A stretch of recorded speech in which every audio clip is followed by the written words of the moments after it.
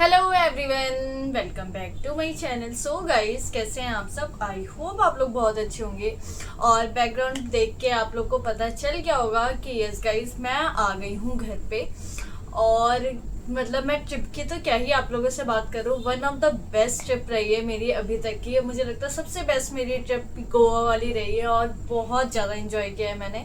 और एक जो रिफ्रेशमेंट की और एक जो मूड चेंज की ज़रूरत थी वो मेरा वहाँ पे जाके पूरी तरीके से हो गया था। मतलब ऐसा लग रहा था कि हम लोग पूरा खो गए हैं, हम इस दुनिया में ही नहीं है। फैमिली, रिलेटिव, ऑफिस स्ट्रेस, सारी चीज़ों से बहुत दूर है। और मतलब वहाँ पे हमारा ऐसा था कि ना मैं फ़ोन यूज़ करी थी, ना मेरे हस्बैंड यूज़ करे थे। मतलब फ़ोन वोन बिल्कुल हम लोग यूज़ नहीं करे थे, ना हम लोगों ने किसी को कॉल वगैरह किया वहाँ से, ना कुछ भी। मतलब हम लोगों ने फुल एंजॉय किया बस।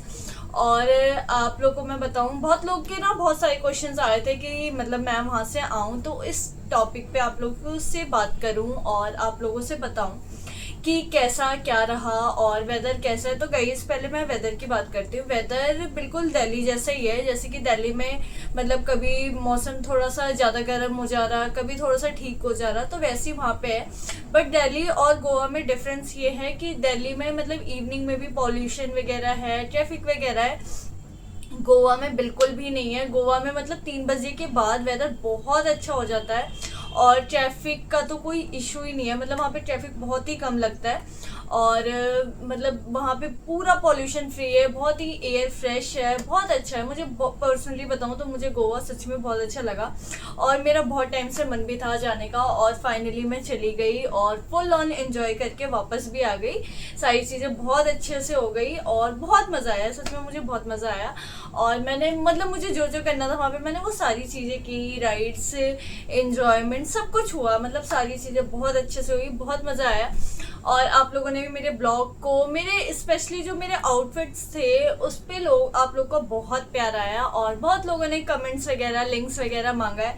तो गाइज, उसमें से मुझे लगता है मेरे 1 या 2 ही ऐसी ड्रेस थी जो मैंने ऑनलाइन लिया हो, बाकी मेरा सब ऑफलाइन था। तो इस वजह से मैंने उसका कोई लिंक वगैरह आप लोग के साथ शेयर नहीं किया।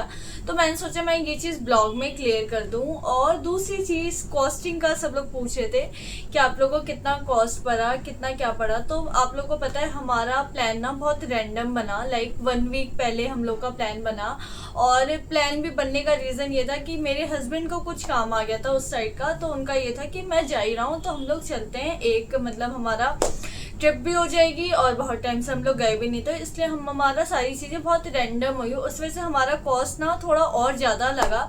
जैसे कि फ़्लाइट का, अगर आप फ्लाइट का पहले लेते हैं, मतलब होता है ना कि अगर आप 1 मंथ 2 मंथ्स पहले बुक कर ले तो आपका कहीं ना कहीं फ़्लाइट का थोड़ा सा कम लगता है। और अगर आप इंस्टेंट में करें और जल्दी में करें तो आपके थोड़ी सी कॉस्टिंग ज़्यादा लगती है। तो इस वजह से हमारा कॉस्ट थोड़ा सा और ज़्यादा पड़ा, चाहे वो होटल का हो चाहे वो फ्लाइट का हो। और सेकेंड चीज़, होटल का सही बताऊँ तो होटल से मैं डिसअपॉइंट थी वहाँ पे, क्योंकि जिस अकॉर्डिंग हमें दिखाया गया था पिक्स वगैरह पे, क्योंकि आप लोग को पता है कि अगर बुकिंग हो जाती है तो फिर वो रिफंड आता नहीं है, और उस अकॉर्डिंग मतलब नहीं मिला मुझे। उस अकॉर्डिंग अभी तक हम लोग जहाँ जहाँ पे भी गए थे होटल वाइज बहुत अच्छा था।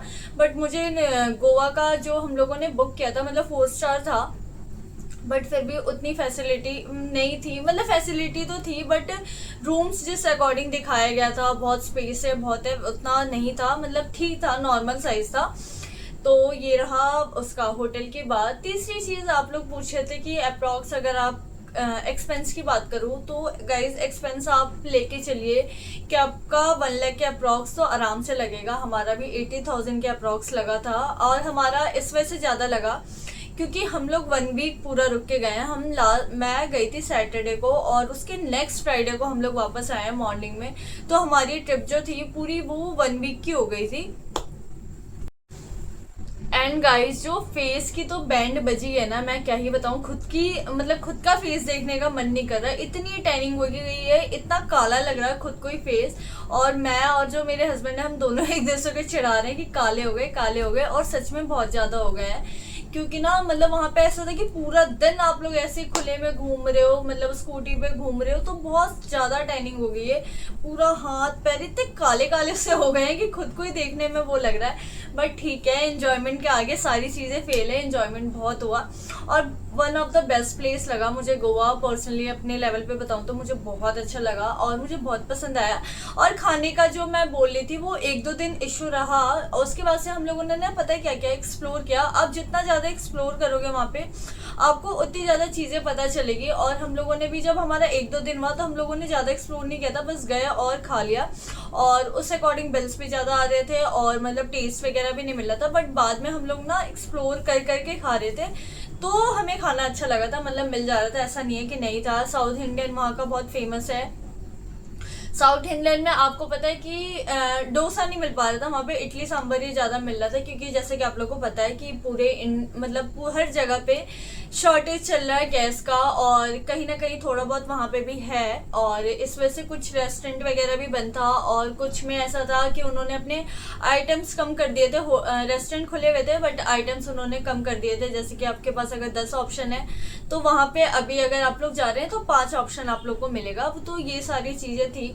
बाकी ओवरऑल वैसा कोई इशू नहीं लगा मुझे कि उसकी वजह से बहुत ज़्यादा प्रॉब्लम आ रही है, आप जा नहीं सकते।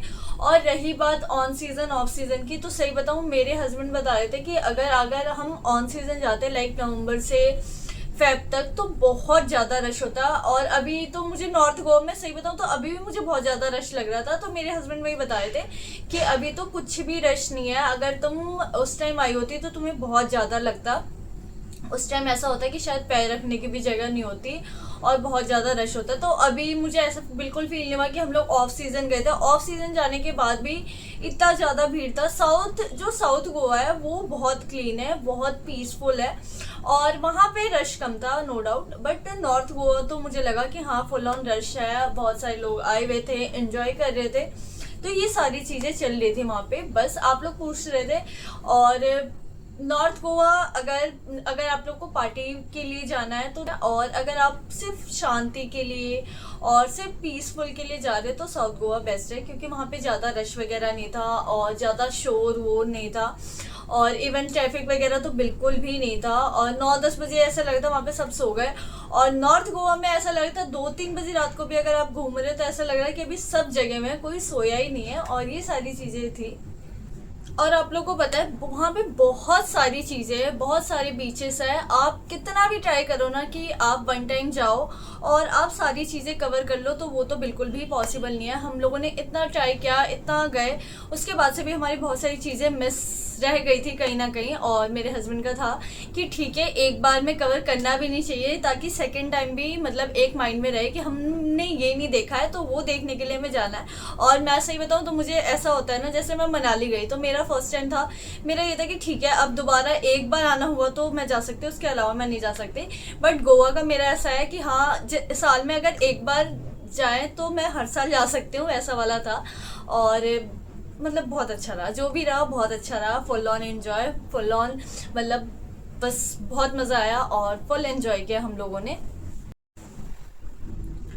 और जैसे कि जब मैंने ब्लॉग डाला था ना कि मतलब हम जा रहे हैं, तो बहुत लोग बोल रहे थे ऑफ सीज़न है अभी आप लोग को नहीं जाना चाहिए ये वो। बट मैं पर्सनली बताऊं तो मुझे ऐसा बिल्कुल भी फील नहीं हुआ और कोई रिग्रेट नहीं रहा कि हम लोग गलत टाइम पे गए या हमें थोड़ा पहले आना चाहिए था, बिल्कुल भी नहीं लगा। जब एक दिन मुझे ऐसा लगा था जिस दिन थोड़ी सी ज़्यादा गर्मी थी, और हम लोग उसके बाद से भी पूरा दिन हांडे रहे थे। आप लोग को पता है हम लोग सुबह मतलब ऑटो मोड पे नींद खुल जाती थी 8-9 बजे, और फिर हम लोग 9 बजे निकल जाते थे, फिर 12-1 बजे आए, फिर 1-2 घंटा रेस्ट किया, फिर दोबारा निकल जाते थे 3-4 बजे, और उसके बाद से फिर हम लोग आते थे रात में 11 बजे 12 बजे ऐसे कर करके आते थे। और एक दिन ऐसा हुआ कि हम लोग मतलब आए ही नहीं, पूरा दिन घूमे। उस दिन मुझे बहुत गर्मी लगी थी और उस दिन थोड़ा सा फील हुआ था, इसके अलावा बिल्कुल भी फील नहीं हुआ, क्योंकि आप स्कूटी पे घूम रहे हो तो बिल्कुल भी लगता ही नहीं है। अगर स्कूटी जब रुकती है और गर्मी धूप ज़्यादा तेज हो तो फील हो रहा था, अदरवाइज बिल्कुल नहीं लग रहा था। और कुछ लोग स्कूटी का भी जानना चाह रहे थे, तो गाइस स्कूटी वहाँ पे बहुत ही ईजिली अवेलेबल है, आप रेंट पे कर सकते हो। 500 पर डे का चार्जेस होता है, बाकी पेट्रोल आप अपनी साइड से डालना होता है, और जो सिर्फ चार्जेस होता है वो 500 होता है।